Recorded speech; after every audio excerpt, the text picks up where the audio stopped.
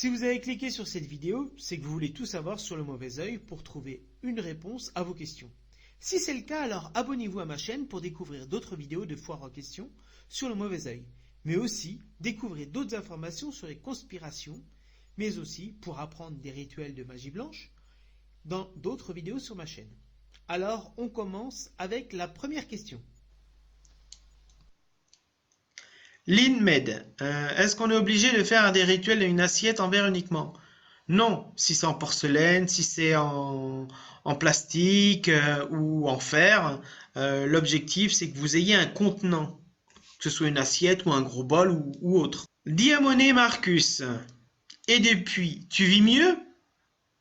Bah, c'est pas une question de si on vit mieux ou pas, mais lorsqu'on n'est pas bien et qu'on est soulagé et que vous avez plus mal de tête ou ça enlève des possibles blocages, je peux pas dire que c'est on vit mieux, mais on est quand même soulagé. Donc ce qui est quand même bien, et vous n'avez pas besoin de dépenser et de payer quelqu'un, vous gardez votre argent dans votre poche. Donc Elisabeth nous demande, est-ce possible de faire ce rituel pour un être cher qui le demande? Si la personne est avec vous physiquement, bah vous lui prenez le doigt. Sinon, bah, ce n'est pas possible de le faire à distance. MKD nous demande, la magie, même blanche, est interdite par la religion musulmane. Et je pense qu'elle l'est aussi pour les deux religions monothéistes. C'est comme si vous me disiez, quelqu'un vous attaque et il n'y a personne pour vous défendre. Donc ça veut dire que la personne qui est là pour vous défendre, ou même pour vous soigner, un infirmier, est-ce que c'est interdit? Je vous pose la question. Moi, je ne pense pas. Heureusement qu'il y a des guérisseurs qui sont là pour aider ces personnes qui sont ensorcelées. Ça a toujours existé et ça existera toujours. J'espère, lorsque l'arrivée donc du Messie arrivera dans le millénium, j'espère que ça n'existera plus. Donc, je le souhaite. MKD. Donc là, on parle de Rokia qui veut dire exorcisme, certes. Pour moi, c'est lorsqu'on a un être immatériel avec une certaine intelligence, c'est-à-dire un djinn par exemple. Mais lorsqu'on reçoit une énergie négative, on va dire comme un brouillard d'ondes négatives, pour moi, je ne peux pas dire que c'est un exorcisme parce qu'il n'y a pas ce côté intelligence qui est en nous que l'on doit enlever. Rappelez-vous le film L'exorcisme, l'exorciste où la petite fille a des démons, etc. Donc là, on appelait réellement l'exorcisme. Le mauvais œil, ben, on reçoit de l'énergie, on l'enlève.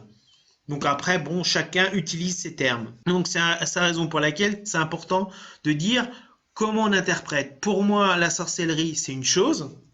C'est enlever des entités qui sont sur vous, qui vous font du mal, etc. L'envoûtement, je le considère comme l'envoûtement amoureux. Mais d'autres personnes vous diront que l'envoûtement, c'est de la sorcellerie. Merci Rachid Abdelawi. Vous sortez un tabou, on n'entend pas beaucoup sur YouTube par exemple ou dans les réseaux sociaux. Effectivement, au Maroc, en Algérie, en Tunisie, on fait énormément de magie noire.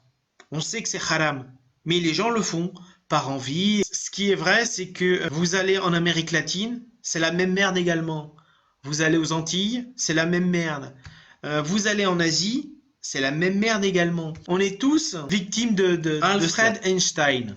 Ah, ça sent du troll. Alfred Einstein, j'ai l'impression qu'il nous induit un petit peu en erreur. Parce qu'il nous parle que la magie noire ou blanche, cela n'existe pas. C'est une malinterprétation des sciences occultes cachées. Quoi qu'on fasse, nous avons une résultante. Sur ça, je suis d'accord. Mais qu'on dise que ça n'existe pas, je suis pas d'accord du tout. Toutes les personnes qui ont été victimes de magie, bah vous diront, effectivement, ça existe. Mais tant qu'on n'est pas passé par là, on ne voit pas les choses de la même façon. Donc Esma Luna, quand doit-on le faire une fois par mois? C'est pas automatique. Moi parfois j'ai besoin de le faire 2 fois ou 3 fois dans la journée.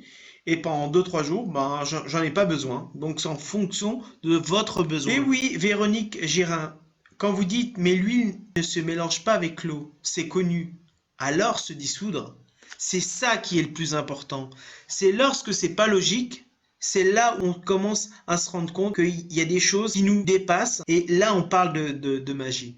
C'est la raison pour laquelle dans la vidéo je vous explique, il m'a fallu des années pour comprendre ça. Nous avons une enveloppe, une enveloppe éthérique.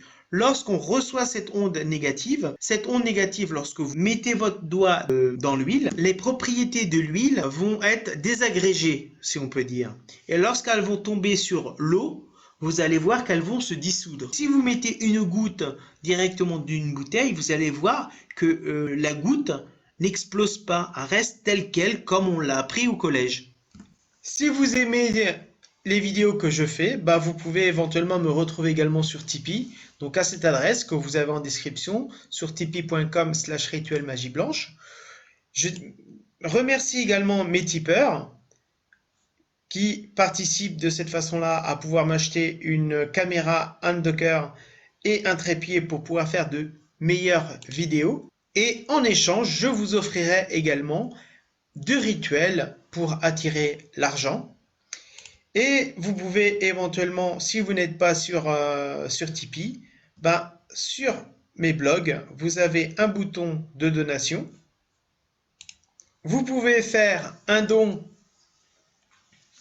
de quelques centimes si vous avez envie, de 50 centimes par exemple, ou faire un don mensuel. Vous pouvez payer soit par carte ou faire un don avec PayPal.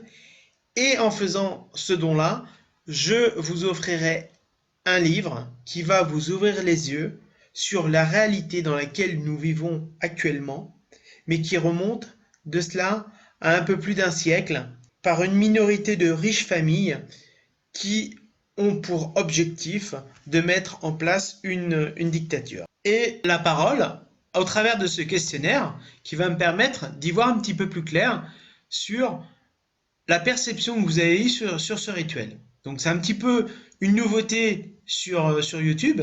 Donc voici les différentes questions que vous allez pouvoir trouver en description ci-dessous. Avant de voir cette vidéo, croyez-vous au mauvais œil? Oui, non ou autre. Après avoir vu cette vidéo, croyez-vous au mauvais œil? Avez-vous fait le test comme indiqué sur la vidéo? Oui, non, à voir la question facultative numéro 8. Donc si vous avez fait le test, répondre à ces questions. Quelle sensation avez-vous eue lorsque vous avez vu l'huile d'olive se dissoudre dans l'eau? Donc vous avez été surpris, vous n'avez pas été surpris, ou vous n'avez pas compris ce qui passait sous vos yeux. Ensuite, quelle sensation avez-vous eue dans l'heure que vous avez fait ce rituel? Vous avez été soulagé, ou bien vous avez eu mal de tête, ou vomissement, ou la tête me tournait, vous avez eu un déblocage, ou rien du tout. Quelle sensation avez-vous eue le lendemain que vous avez fait ce rituel? Est-ce que vous avez été soulagé? Vous avez eu le mal de tête, vomissement, la tête me tournait, déblocage ou rien du tout? Avez-vous parlé à votre entourage de votre expérience? Oui ou non? Et une question facultative, donc en fonction de votre croyance religieuse, donc si vous êtes chrétien, musulman, juif, bouddhiste ou autre. Et en dernière question, si vous voulez me laisser un petit message que je ne publierai pas, et je vous rappelle que je ne fais pas de consultation. Donc je vous invite à cliquer sur la prochaine vidéo. À tout de suite.